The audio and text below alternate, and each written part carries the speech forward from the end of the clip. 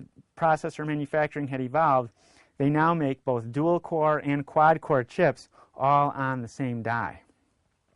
So as we've seen, the processors have evolved tremendously over the years in their physical packaging. We had what started out as very small chips. We went to larger chips.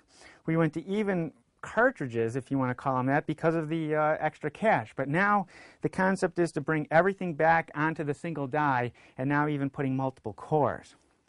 Now I thought we'd take another look at the cooling of these processors.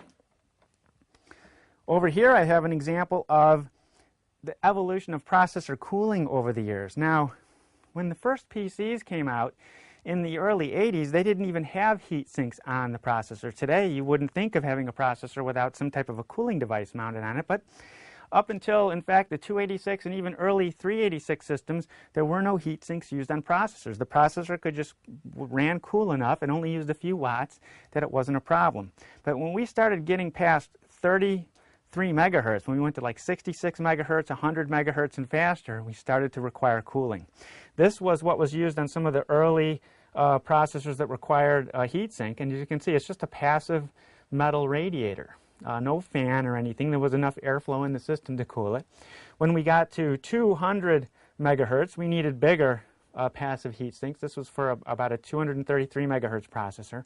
But when we went past 233, we found that the airflow in the system wasn't sufficient. You either need a really large, metal heat sink, or you could use a smaller one and put a fan on it. So what happened was, instead of having something big like this, we had something smaller, but it had a fan on it. So this was around a 200 to 300 megahertz processor cooler. As we went up to 400 and 500 megahertz, the processing coolers got bigger, the fans got bigger. Over here, we're up to 1 gigahertz, 2 gigahertz, and then 3 gigahertz and beyond. As you can see now, what has started out as just a small passive little heat, cooling device is now a massive finned assembly with a large fan. Now you can tell that sometimes in many of the newer heat sinks, they also use a copper core. Copper is one of the best conductors of heat, much better than aluminum and many other metals. In fact, so a lot of processors are now, or heat sinks, I should say, are made using copper as part of the core. So as you can see, we've had a lot of changes occurring in processors over the years. They've gone from very small chips to, very large chips, cartridges. Now we have multi-core technology. The heat sinks to cool these devices have grown in size and complexity over the years. And all of this has taken place in the last 40 years since the processor first came out. All right, in this segment, I wanted to prepare the case for the build. Now, this is pretty much the case I purchased. It's the Enermax Vostok. It's just as I received it, and it's really not ready for me to use. I need to make some changes to the case and maybe do some upgrades in order to get this ready for the system that I'm going to build. Number one, I'm going to take out these quick install no-tool drive mount brackets, because I'm going to use actual screws to mount the drives. I don't like these. They don't hold the drive securely enough for me. Now the case does come with an assortment of screws, which is nice. Most cases do.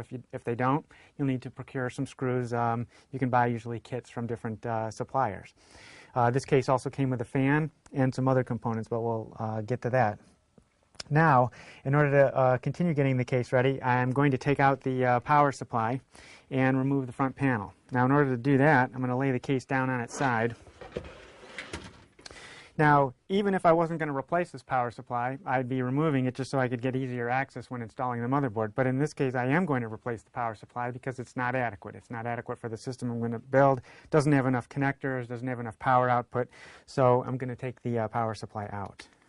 It's secured by 4 screws on the back. I'm going to simply remove them and take the power supply out of the system.